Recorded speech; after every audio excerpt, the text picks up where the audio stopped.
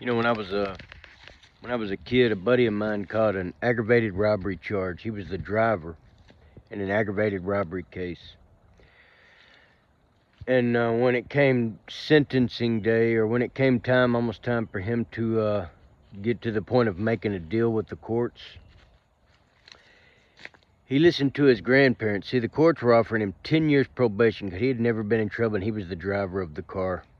And I've told this story before a long time ago, but I'm going to tell it again for a specific reason. But they were offering him 10 years probation. He could have walked home. But his grandparents said, no, we're going to trust God. We're going straight to the judge.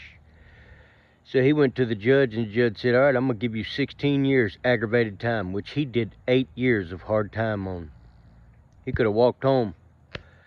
But his grandparents said, no, we're going to trust God.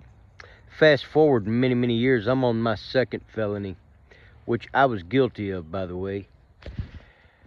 And, you know, my felony turned me back to God because I was afraid, right? And so I turned to God, and God said, this is what I want you to do. I want you to go to the judge. I was like, the judge? Are you kidding me, God? Remember what happened to my friend? Ain't no way. I ain't going to the judge. I got enough money to take it to trial. My case is pretty good, or I can make a deal and get 3 years. If I went to the judge based on my past, it was almost guaranteed that I was going to get a 20 or 25 year sentence because I had failed probation the first time. And the law works on graduated sanction. I wasn't even eligible for any probation. It was guaranteed I was going to go to prison for a long time. God said, no, go to the judge. And so I did that. And I remember my lawyer and everybody was telling me, hey, you know, my lawyer specifically said, listen, man, you got this in your past. You realize the judge can and probably will give you 20 years? I had perfect peace. I was smiling. I said, no, I heard from God. I trust God. I'm taking it to the judge. My attorney goes back into the judge's chambers and says, he's walking out, and he's got a weird look on his face when he's coming out of the chamber, and he came up to me and he said, he gave you probation, something I was not eligible for, by the way. But I say that story to say this. I had a perfect peace when it made no sense to have peace, and everybody around me couldn't understand why I had peace. But I say that because a friend of mine on here inspired me to make this video. You see, there's you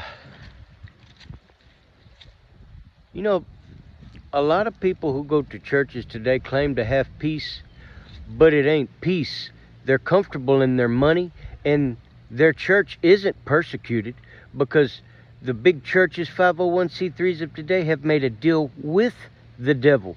It's a 501c3. You don't have to pay taxes. See, when you're working against the devil opposes you. But when you're going along with the devil, when you've made a deal with the devil, well, the devil ain't got no problem with you. And the feeding tube is about to get ripped out of what we've called church today. And a lot of people who claim to be Christians, who claim to have peace, which it's just comfort, are going to get exposed. See, the church, many of the churches today have made a deal with the devil. And it's obvious. You know, people ask me all the time, why do you rag on the church so much? Well, first off, it's my calling, but really, even if it wasn't my calling, it's obvious that the church is either going to sleep or it's just no longer alive. And if you want the proof of that, look at the culture. If the church was wide awake and alive and thriving, the culture wouldn't be the way it is. People are waking up, but the church is about to have its feeding tube ripped out. A lot of changes are coming to the church. I personally believe, if you watch my videos, that these big buildings that we all meet in, those are going to be like explosions, and they're going to turn, the congregations are going to start meeting up at houses and become little bitty churches all over the place, turning that one big church that's dead into a bunch of little bitty churches, which is going to make it a minefield of churches, like shrapnel.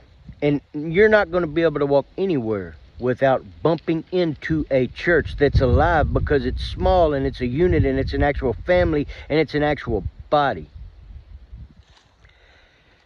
But before that happens, it's probably going to get a little bit nasty. Matter of fact, pretty much guarantee it's going to get a little bit nasty. You got to make people uncomfortable to change. You know, the greatest of teachers is pain. I hope this message helps somebody. I sincerely do.